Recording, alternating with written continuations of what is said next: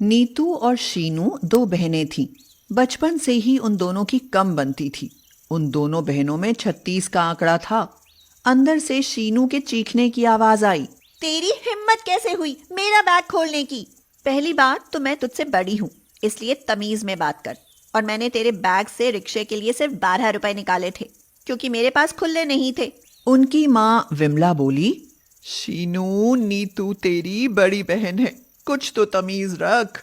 माँ, आपको तो आदत है हमेशा इसका फेवर लेने की, और ज्यादा बड़ी नहीं है ये, केवल 1 साल ही तो बड़ी है। ये कहकर शीनू अपने कमरे में चली गई।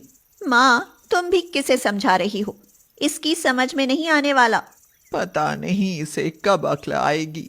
शुक्र करो अभी तुम्हारी भाभी नहीं है, वरना ये तो उसका जीना मुश्किल कर देती। माँ, मुझे भी डर लगता है।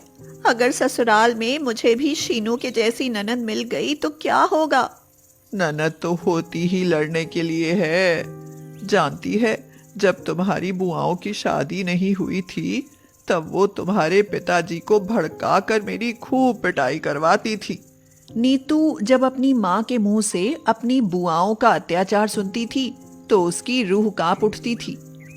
कुछ समय बाद नीतू का रिश्ता विवेक के साथ पक्का हो गया।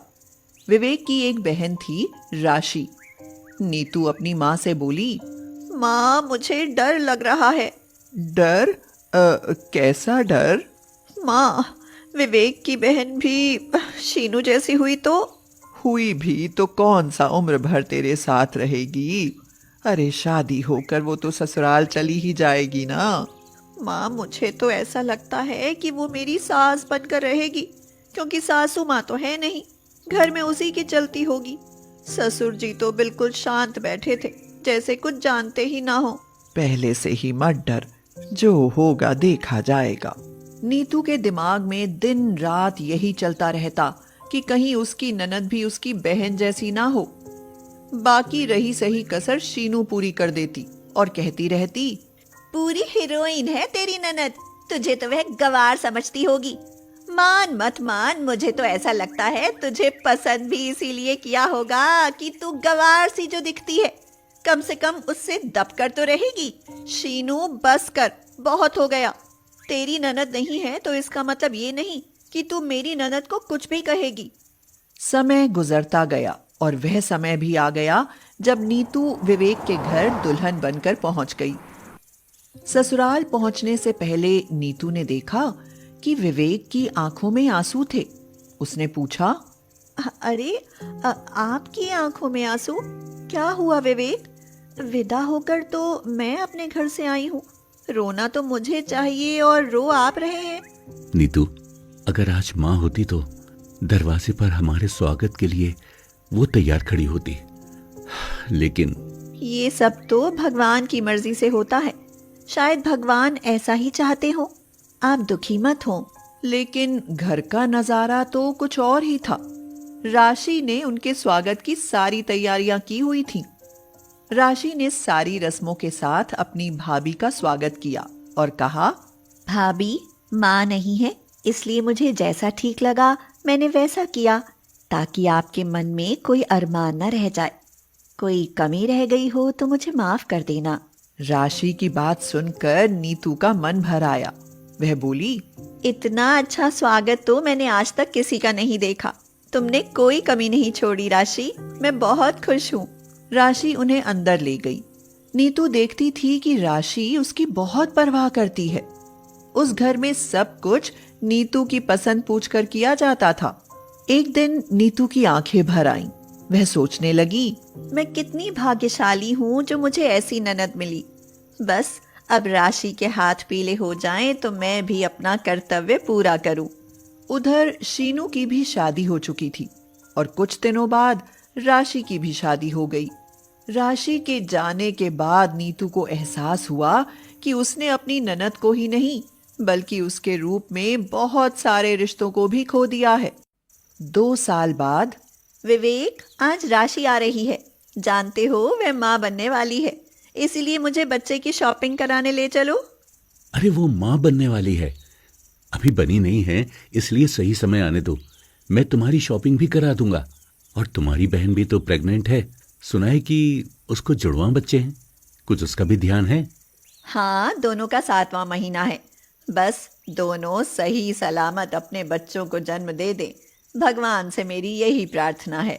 और हमारा बच्चा? शायद अभी हमारी किस्मत में बच्चा नहीं है, इसलिए हुआ नहीं। होगा तो मिल ही जाएगा। शाम को राशि आ गई और नीतू के गले लग गई और बोली, भाभी देख रही हो, फूल कर फुटबॉल हो गई हूँ मैं। अरे हाँ राशि, तुम तो सचमुच फूल कर बलून हो गई हो। लगता है ऋषभ बहुत ख्याल रखते हैं तुम्हारा। अरे भाभी, ये सब इस बेबी की करामात है। खैर छोड़ो, बहुत हुआ हंसी मजाक, अब सीरियस बात करते हैं। भाभी, 3 साल होने को हैं, आपने अभी तक कंसीव नहीं किया। अब और इंतज़ार नहीं होता मुझसे। मैं चाहती हूँ कि जब मैं इस घर में आऊँ तो कोई बुआ बुआ कहकर मुझसे लिपट जाए। अब कोई बहाना नहीं, हम कल आपके चेकअप के लिए चल रहे हैं। बस इस बार मेरे यहाँ आने का यही मकसद है।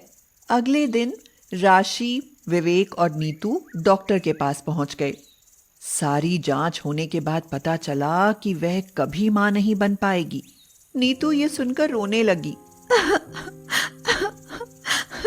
प्लीज नीतू, रोना बंद करो, हम बच्चा अडॉप्ट कर लेंगे। नहीं, मुझे अपना बच्चा चाहिए। मुझे सिर्फ अपना बच्चा चाहिए विवेक। ये कहकर नीतू फूट फूट कर रोने लगी।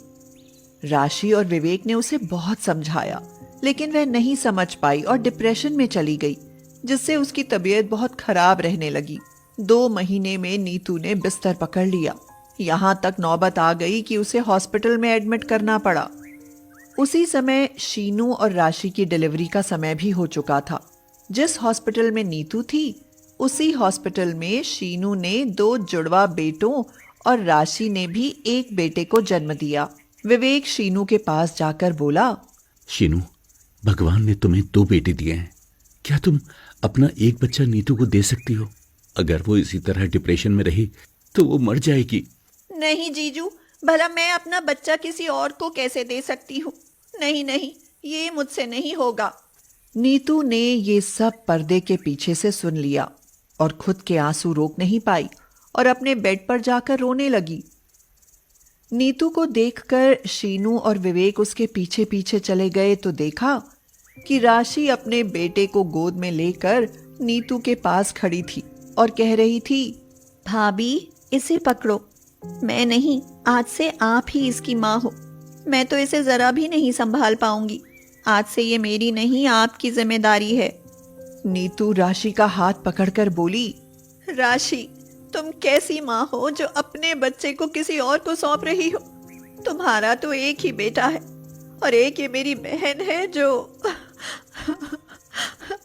ये कहते ही नीतू का गला भर आया और वह रोने लगी। ये सुनकर शीनू शर्मिंदा हुई। उसने अपने एक बेटे को नीतू को देते हुए कहा, मुझे माफ कर दे नीतू। तुम दोनों ननद भाभी के प्यार को देखकर मेरी आंखें खुल गईं। आज से मेरा एक बेटा तुम्हारा हुआ। तभी शोर शराबा सुनकर डॉक्टर आ गए और बोले, हटिए हटिए हटिए यहाँ से। ये कैसी भीड़ लगा रखी है आपने? नीतू जी, आपको एक गुड न्यूज़ देनी है। दरअसल आपकी रिपोर्ट किसी और नीतू के साथ बदल गई थी। आपकी रिपोर्ट तो बहुत अच्छी आई है, आप प्रेग्नेंट हैं। ये सुनकर सब खुशी के मारे उछल पड़े। नीतू ने शीनू का बेटा उसे सौंप दिया। राशि ने पूछा, भाभी अब तो आप खुश हो ना? जब बहन से भी प्यारी ननद मिलेगी तो खुश क्यों नहीं होंगी? तुम दोनों का प्यार देखकर आज मुझे भी लगता है कि मैंने अपनी बहन के साथ बहुत खूबसूरत पल खोए हैं। वाकई नीतू, तेरी ननद सचमुच तेरी बहन से भी प्यारी है।